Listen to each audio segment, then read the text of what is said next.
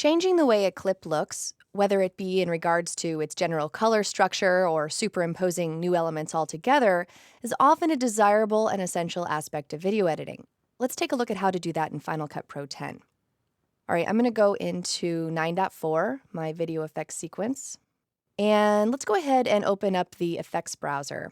That is right here. And again, the categories are listed along the left, and the effects within those categories are along the right. Notice that there are both video and audio effects, and in this movie, we're going to be talking about video effects.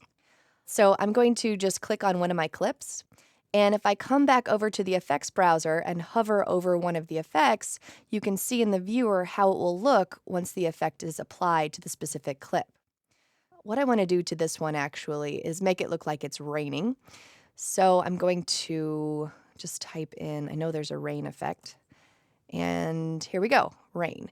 So I can do a couple of things. So this is kind of what it's going to look like once I apply it. I can either click and drag and release, or all I have to do if the clip is selected is just double click and it's applied. If you wanted to apply an effect to multiple clips in the sequence, no problem. You just select all of the clips that you want to apply it to, and then double click on the effect, and it's applied to everything. I'm going to undo that for now. So I'm going to click on my first clip here and open up the inspector, and let's adjust some basic parameters. We can really make it rain, or I can dial it down a little bit. You can see this is the density. Let's sort of make it a little bit less. Colorize, I think probably maybe right around there. And I think that's good.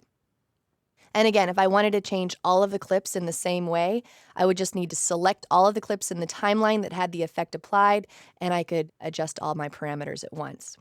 Now let's say I'd like to add another effect to one or more clips. I certainly can. I want to add the water pane effect. So essentially I'm looking at this scene in the rain through a window. And so this time I'll just click and drag. And I have other fun parameters that I can change. Let's see. Let's kind of take away most of that tint color. I'm basically happy with that. So let's just play through it. I'm going to come back down to my sequence. Pretty good, pretty believable. If I like the adjustments that I made here, I can keep them, or if I want to reset them to the default parameters, I can click on this button here, and it will reset everything to the factory defaults. We can also delete these by just clicking here on the heading and pressing delete, and they're deleted one at a time, and now all the effects are gone. Now I want to show you something else. Just for fun, let's go ahead to this clip right here, and I'm going to apply aged paper,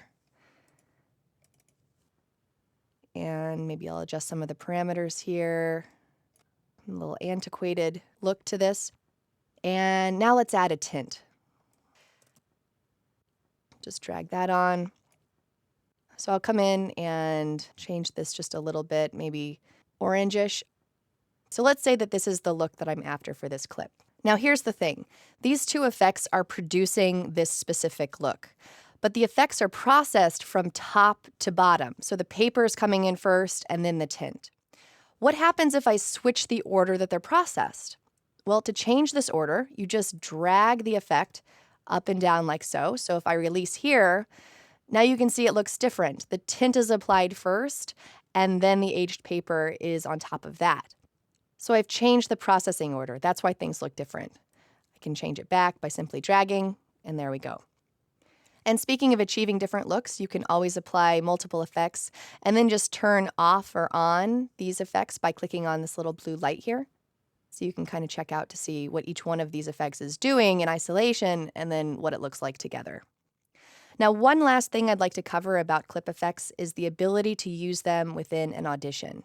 Now, we covered auditions in a previous movie, so you should already be pretty familiar with their purpose, which is to provide a series of options for your edit without actually committing to those options. But in this case, it's a little bit different.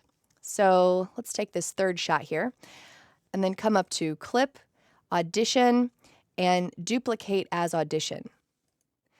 Now you see that we have the little audition spotlight up here in the upper left corner. So if I open my audition, you can see that I have two identical clips here. I'm going to apply an effect to this one. I also can duplicate as many times as I want. So maybe I want to duplicate it a third time. And on this one, let's go ahead and apply an effect. And the reason that I don't see anything is that I have tint still in here. So you want to make sure to clear your results. And let's see, for this one, let's go ahead and add a crosshatch. And for this one, let's go ahead and add film grain. So I can just click on each one of these to try them out. You can notice that it's live switching here in the timeline. You can also use your left and right arrow keys to switch back and forth between them so that you can find the right style. And again, you're not committing to it. As soon as you press done and you say, what did I do? I don't want to do that. Just open up the audition again and say, actually, I want this one, and you're ready to go. So auditions are really great, not only for different clips entirely to try out, but also the same clip, but with different video effects applied.